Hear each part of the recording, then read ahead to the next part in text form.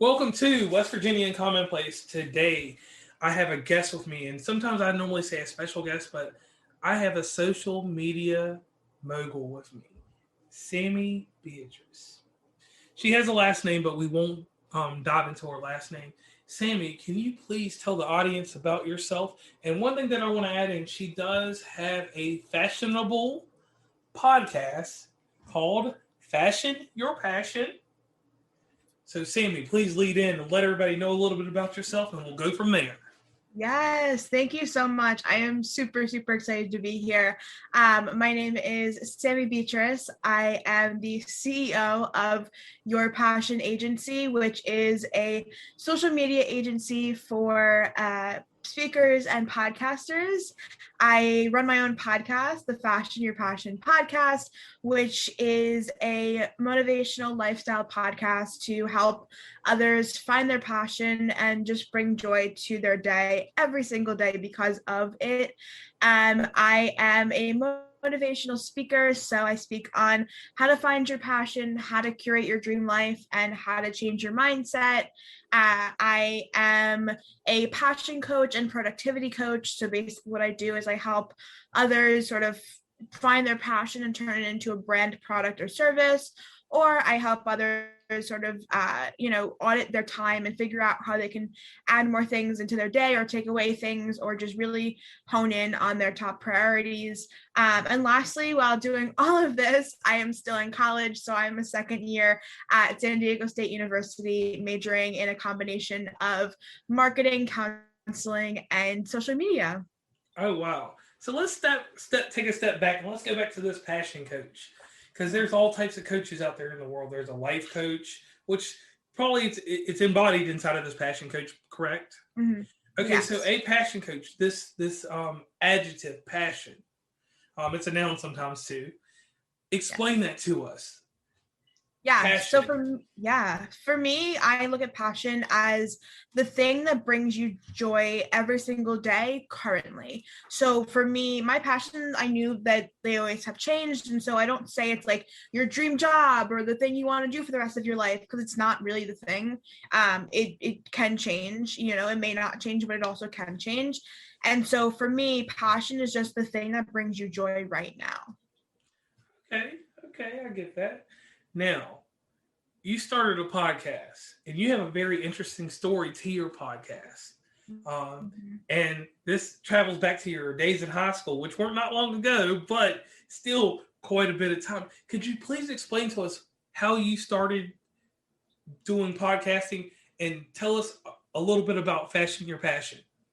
Absolutely. So the podcast, I was not supposed to have a podcast. I was not supposed to, be doing anything pretty much that I am doing today. And basically what happened was my first fall semester of senior year of high school, I took a public speaking class, and the last unit we had to do was a motivational speech unit. And now for me, I've always loved inspiring people, motivating people, all that fun stuff.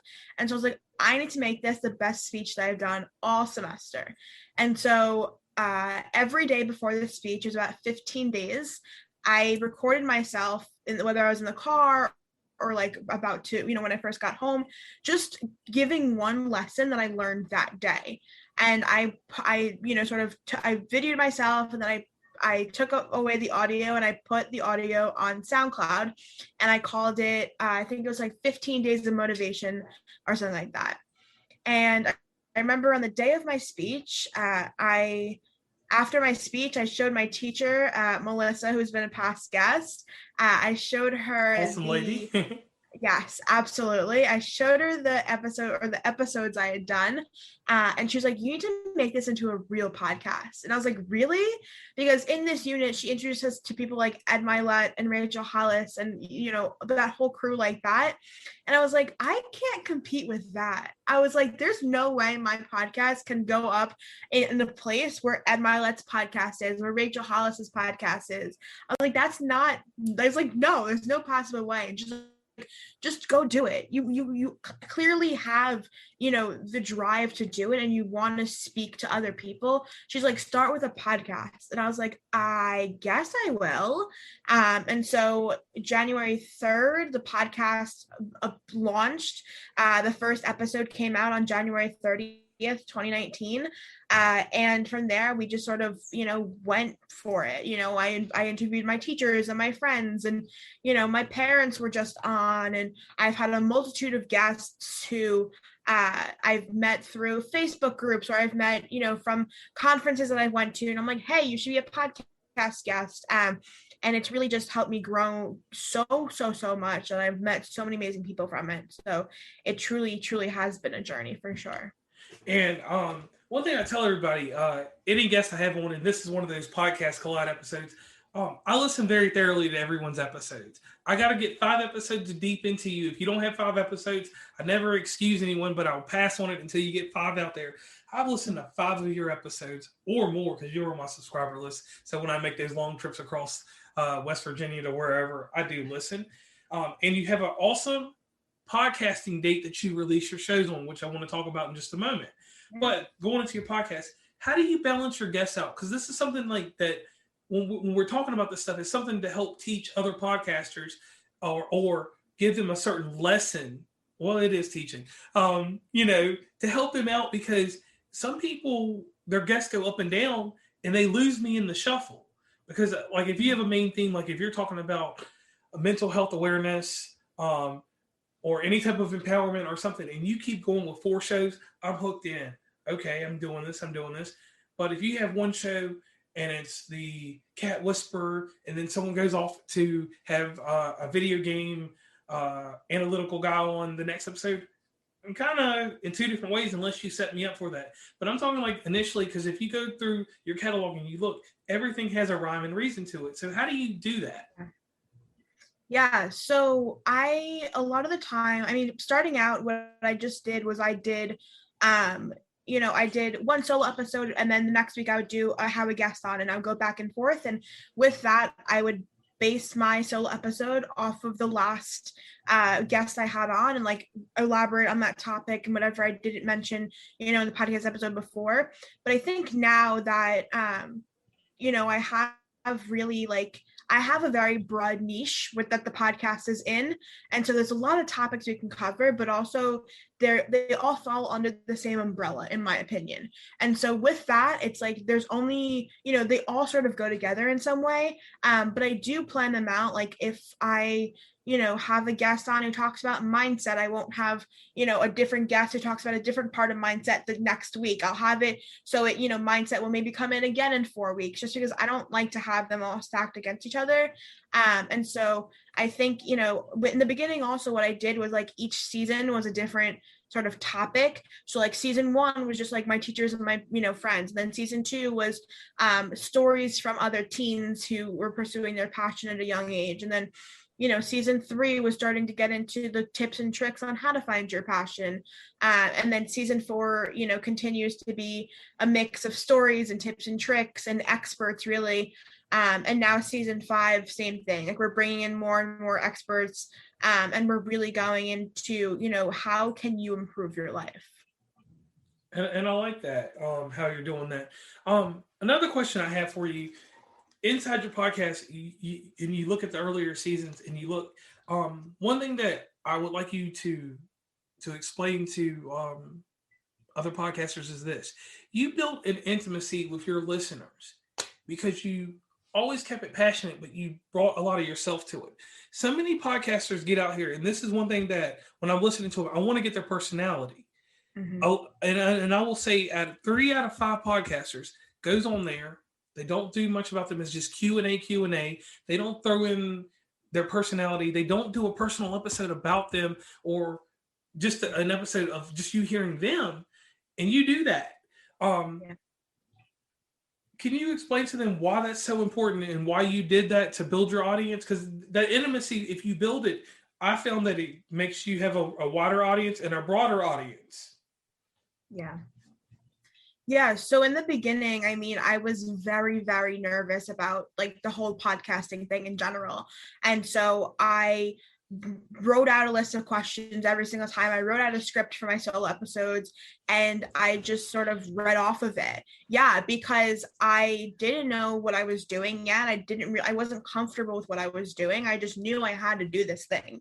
But now, after 70 something interviews, and 80 something episodes, I've become more comfortable with the idea of, talking about my personal struggles, talking about my personal wins, having a conversation with people and asking them a question here and there, but really having a conversation. And I think that, it just takes time and it takes practice to really understand things.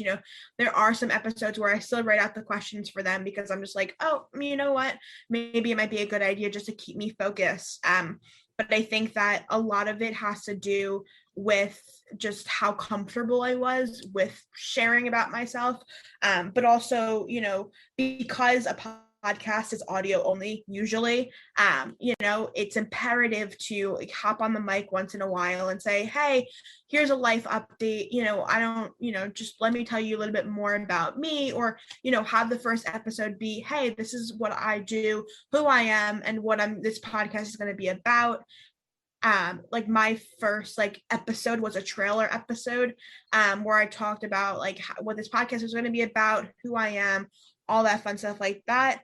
And then from there, I just insert in little life updates, or I'll hop on the mic when I feel like it and just, give a little bit of inspiration, whether it's, 5 minutes, 10 minutes, 17 minutes, whatever it is. I will just record and then upload it to the pod. And then that's, pretty much how I do it. I think Instagram for me has been a really great way to sort of be more open about things. My podcast Instagram is very just strictly about the episodes, but on my personal Instagram, where I talk about a bunch of different topics, I think it's easier for me to, sort of open up there. And then that also translates to the pod as well. Okay, now one question that I'll go back to real quick is your interesting release date. One thing in this podcasting community, and I'm one of the ones that you have to pick your day. The dreaded day is Wednesday. Everybody, it's like being on the freeway.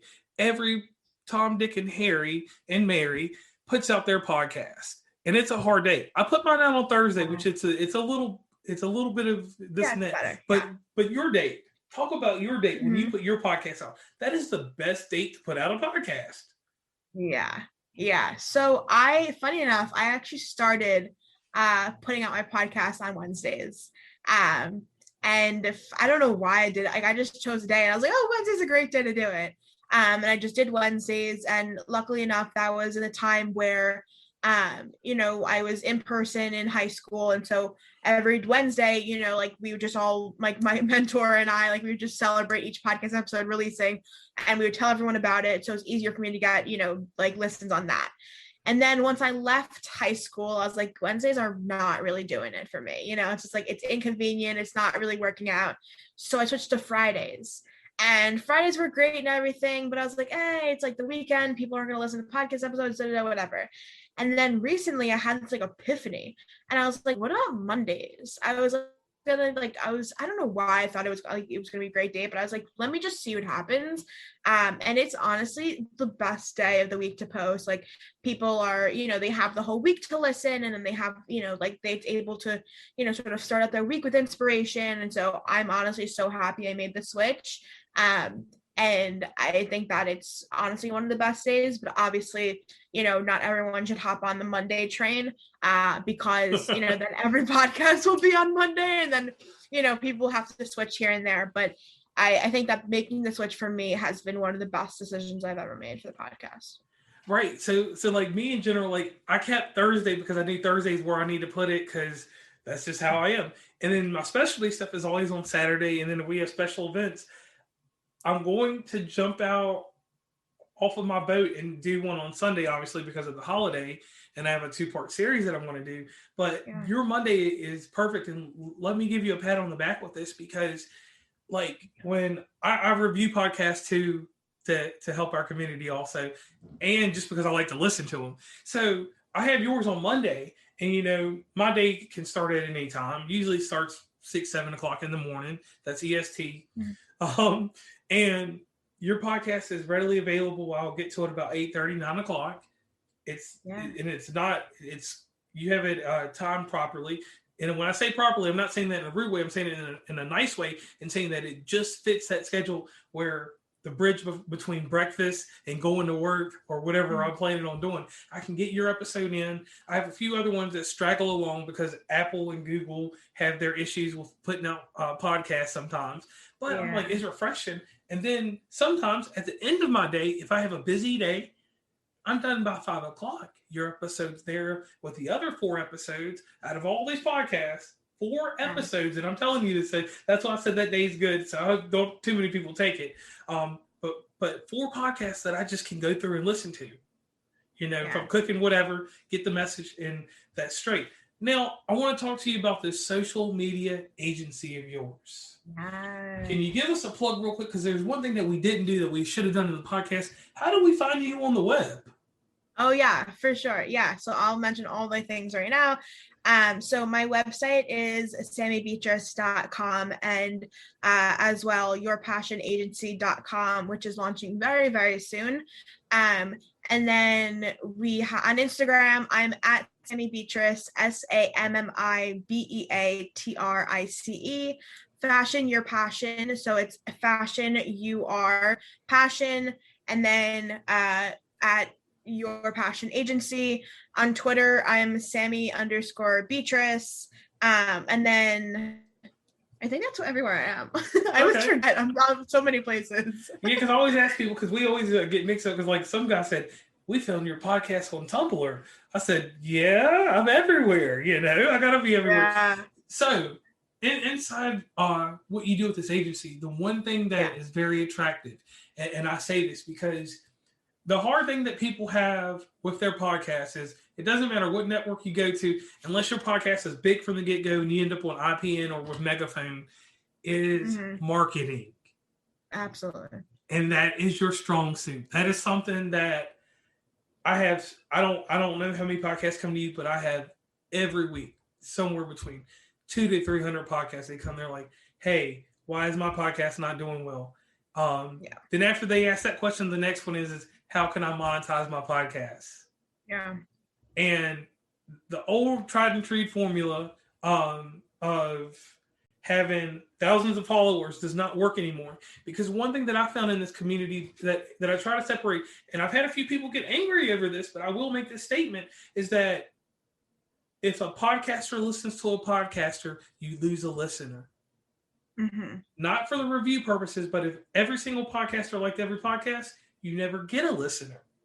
Yeah. So what I try to do is I try to tell my listeners, I'm like, hey, I'm listening to this podcast right here.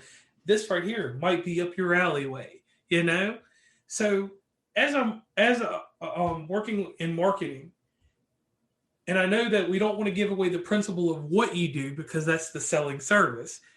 If someone comes to you for advice, and this is just one thing that we're going to just open up the cookie bag and get something out. Yep. What is the first thing you tell someone to do to generate an audience for their podcast, if you don't mind answering that? Just one thing. Sure. Yeah, 100%.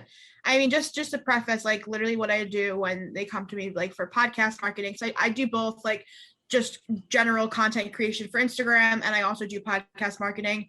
But for podcast marketing, literally what I'll do is I'll give them a whole worksheet of a sentence, and I'll say, here, fill this out, and then come back to me, because that way they get a better sense of what they want their podcast to be. And then I get a better sense, obviously, in how I can help them.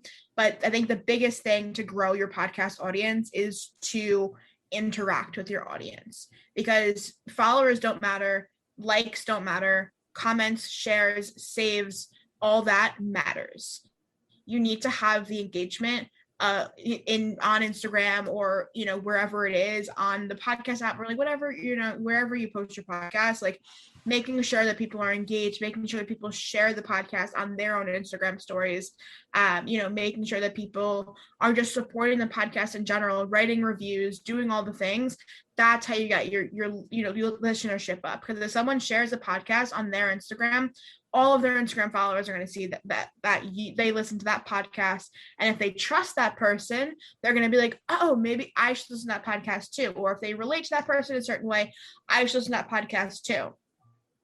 Another thing, like also with the follower thing, it's like one of my very good friends, she is a business coach, and she when she started out, she only had like 1,400 followers, and she made $10,000 that month because she had loyal followers, but she didn't have a lot of them, which was fine, because she had, course that she was selling, and that's that. So I think engagement is the biggest piece, knowing your audience, engaging with them, following them back, commenting on their posts, really just getting to know who they are and what they're actually looking for. Okay, I can go with that, because in our pre-talk that we did before this, which was very lengthy, guys, because I'm a blabbermouth. One thing that gets me is, like, I always tell everybody my Instagram numbers are very low in followers, just because of my listener base. I know how to reach them and stuff like that. And I talk about that with people privately, because I tell them that the difference in podcasts are these. You said niche, and I say niche.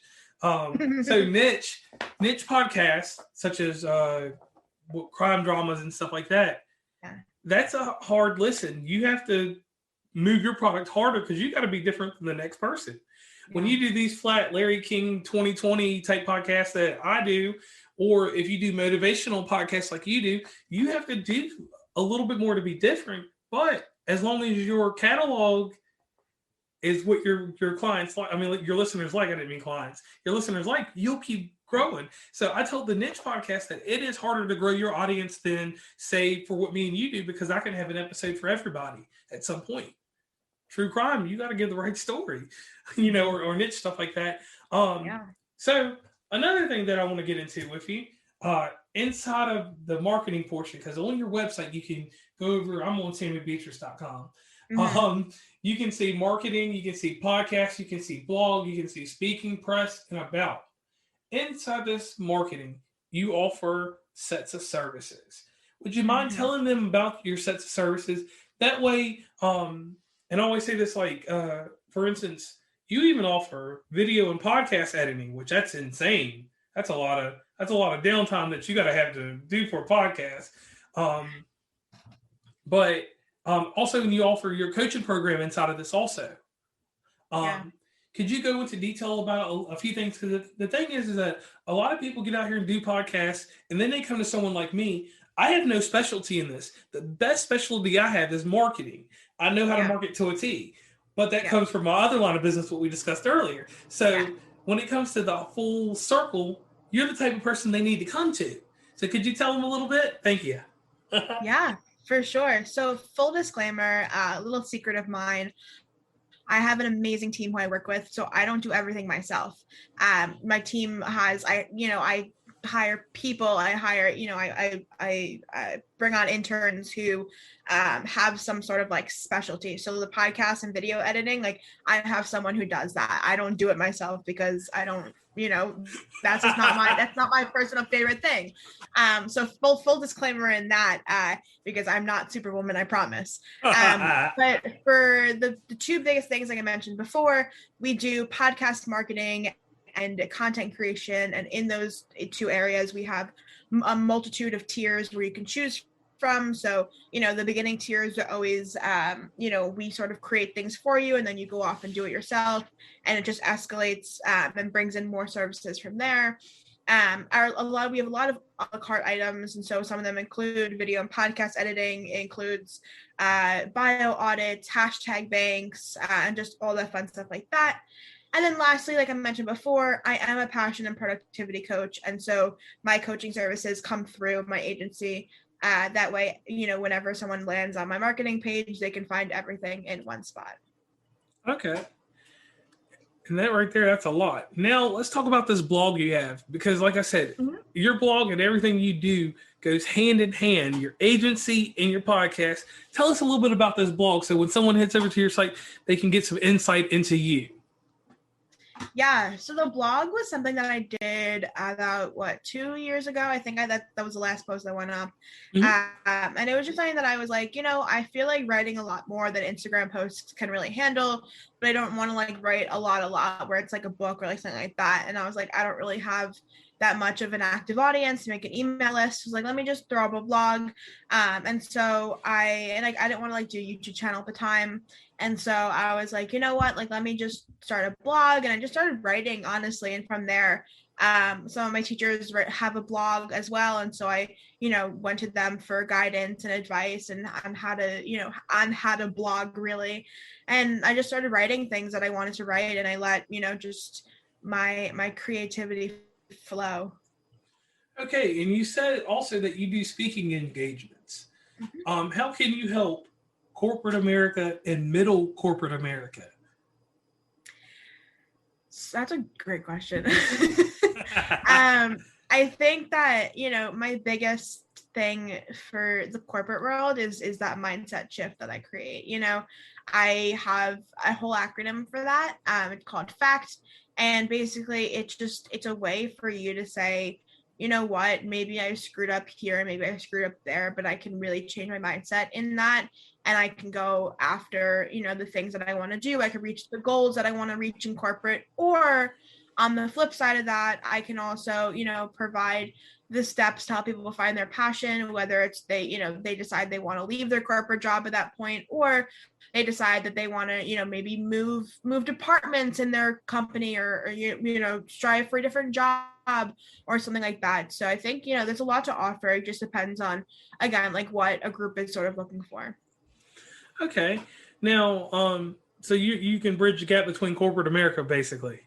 Um, Inside of doing all this stuff that you're doing, how do you find time for yourself? That's a great question. I think that my biggest thing that I've learned from one of my mentors, Jacqueline DeGrorio, excuse me, is that, you don't have to work so many hours and you can get the same amount of things done. And so for me, I work 20 something hours a week on my agency, and then I work 20 something hours a week on school and stuff like that. And I start my day at 7, and I'll, end my day at 2, 3, whenever I really feel like it. And with that, it's like, and then I have 2 days a week where I do school, and I have 2 days a week where I do my agency and all my work stuff. And so with that, it's like, the rest of the time I'm either, cooking because I love to cook, or I'm, hanging out with my friends, or, I'm just out binging Netflix, or like whatever it is, I'm like not really working. And it just gives me the space to, recharge my creative juices, and just just be able to be my own person.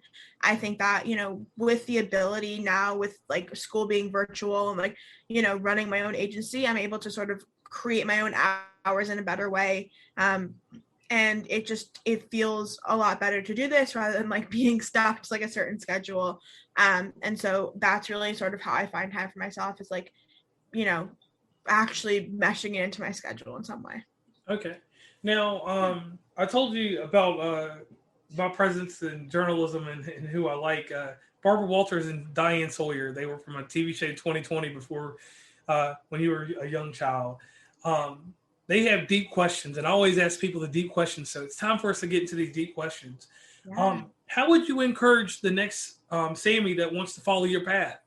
Because you have to understand, a lot of people don't pay attention to this. While you're out here carving, um, your piece of wood in the world, people are watching that, and there's Mhm. somebody young that you may not know today that you may be an inspiration to. Yeah. And we don't find these things out until later on in life, and sometimes we find out early. But um, what would you tell them? What path would you tell them to get on to be the next Sammy with the agency and having so much so early? Because you're young to have all this going on. Yeah. Yeah. With that, it's like, that's my biggest like gift. That's my biggest thing that I'm so beyond grateful for, is the fact that I found what I want to do for the rest of my life. at such a young age. You know, I'm literally still a teenager. Um, and so I think that, you know, for me, what I would tell like the next Sammy, I guess you can say, is like just follow, like just start the thing you want to do. Just start it and don't think about what anyone else is telling you that you should do, or you know, don't think about, you know, the things that may not go so well, or what's holding you back, because it's not worth it. I launched this agency not knowing, without a proper launch, not knowing what would happen. I had 2 clients on my back, and it has turned into such a success because I just went for it, and I, you know, I brought all my passion into it. Yes, I work long hours, but it was all worth it, and it's still all worth it, you know. And I think that that's the biggest thing. It's like I was so scared for such a long time that I wouldn't be able to know what I was going to do, or you know, who I was going to serve, but I just went for the things that like came up in my life, and that I wanted to, that in my heart I felt like I wanted to pursue, and luckily they turned out to be something, and sometimes they don't turn out to be something, and that's okay too. Okay. Now, the hard question. You have the agency, you have the podcast, you have the blog. You got the fame, you know. What's your next endeavor? You're on top of the mountain. Sometimes it plateaus, but what's the next thing for Sammy? What are your future endeavors? What are you planning on doing to keep the momentum going for all this, or just something big in the future? Yeah, so there are 2 big projects that I'm sort of in, they're in the works currently. And so the first one is I'm writing the ultimate self-help book. It's Ooh. basically everything I've ever taught in the past couple of years, and it's encapsulated in, you know, 55,000 words, and just pouring out my heart into something.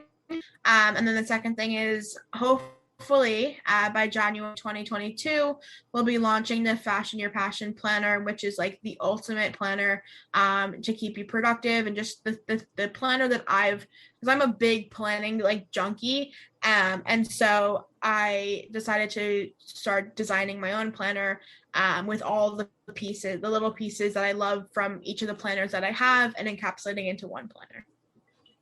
Okay, so man, you've got some stuff going on. Oh Now, yeah. one thing, even though this is a podcast a lot, I'm just going to throw this in there. Yeah. There's one thing at the very end of all my shows that I do. Um, I had a guy on from New York that can solve a Rubik's Cube in 40 seconds. And my favorite of all of them, this lady takes artwork from Goodwill, puts rhinestones and glitter on it, resells it. Another person, uh, and you might know this person, the way that this person remembers people is by what kind of clothes they had on. I had on a Nautica shirt, and the lady that's between me and you, she said that she would always remember me as Nautica JR.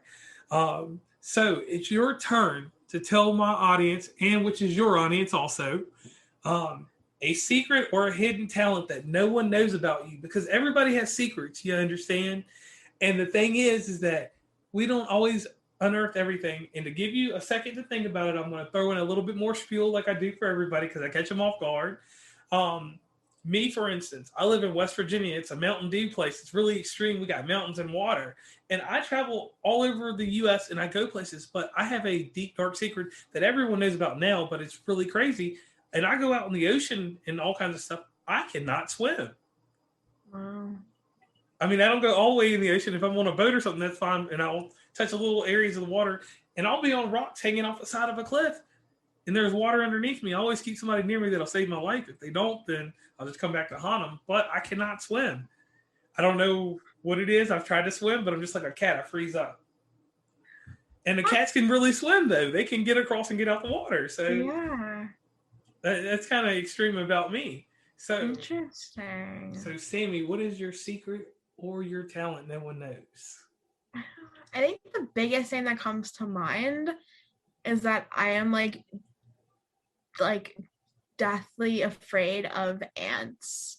Like I literally like it, I don't know why, but it just like if I see one, like that's it. Like I have to lock myself in my room and pray that they don't come in my room. Like, it's just like, I don't know. I think because I don't know. It's such a weird thing, but like that's the first thing that comes to mind for me. I don't know. It's a crazy thing for sure.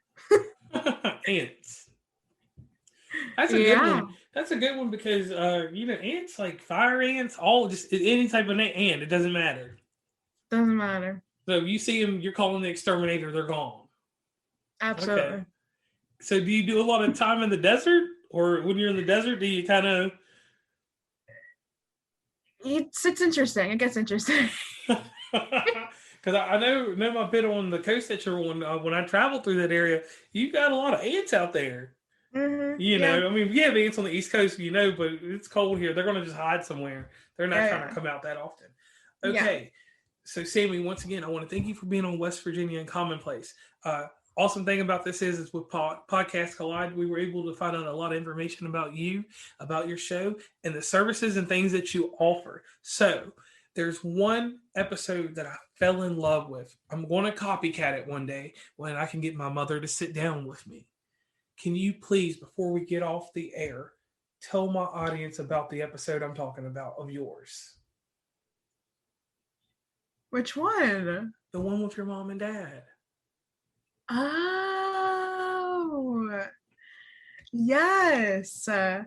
So I had on for the 2-year anniversary special, I had on my parents, which was a very exciting episode.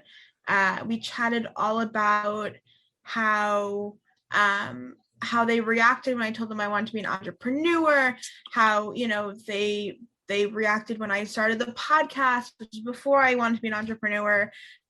We chatted about their career journeys and their college journeys, and just a bunch of different things. And it's really a powerful episode for sure. I can't believe that it took 2 years to have my parents on the podcast, but it was such a powerful episode. So that is one of my personal favorites for sure. And that's one of my favorites too, because you never know. Like my mother, and I always tell people, she started listening to my podcast, and she's one of those ones. If I plug your podcast in, next time I head over to Virginia, I'll put yours in there. If I put your podcast in there, she's gonna like yours better than mine. I plugged in 2 over mine, and the group of ladies over in Massachusetts, their show. Basically, she fell in love with their show, so my show comes second. So I know mine will become third after yours. So to me, that's just amazing. And I was like, I'm going to take that concept. It's all right if I borrow that, right? Just making sure. Yeah, for sure. Oh yeah. All right. Just want to make sure I got permission. Anyway. I borrowed it from someone else too, so it's not even my idea. Right, but it was so heartwarming because there's tons of podcasters out here whose parents never go on their show. Yeah. And I was like, I'm going to sit down. I'm going to do the whole mic makeup, make an aggravated device, and I'll make it makeshift because I know that she won't come and do it professionally. So we'll do it kind of amateurish, but I'm going to have my mama on the show. Yeah. So the one testimony that I like to give to everyone, and I'm going to give to you, as a podcaster, as a social media mogul, because you're doing things, you have to understand this one thing. You're doing an awesome job. And when someone says that to you, we all take it with a grain of salt. Sometimes we just throw it in our carry-on bag when we get on the plane and just forget about it. But the thing is here, you're motivating a culture. Mm-hmm. And that culture is this new generation of people. Yeah. And the way that you're safeguarding with how you carry yourself and how you do your podcast is very commendable. One thing I always tell people, and you can just see it in how your business professional and stuff like that. And we get silly in the podcast and things like that, because that's how we get formal. But you were on time, 12 o'clock exactly. You treated this as just me, as if you were coming into the studio in Charleston, West Virginia, and sitting down with me to do this podcast. Those are things I commend you on, because so many people treat this as a hobby. And once again, people, the ones that do treat it as a hobby, I don't mind. But with your professionalism, I would hope that you pass that along to every person you know. And if you learned it from your mom or father or from someone in the background or from a teacher, um, I would like to give them a thank you. You are an amazing person and you have been an amazing guest. Thank you for being on West Virginia in Commonplace. Thank you so much for having me. It truly was a pleasure. Thank you.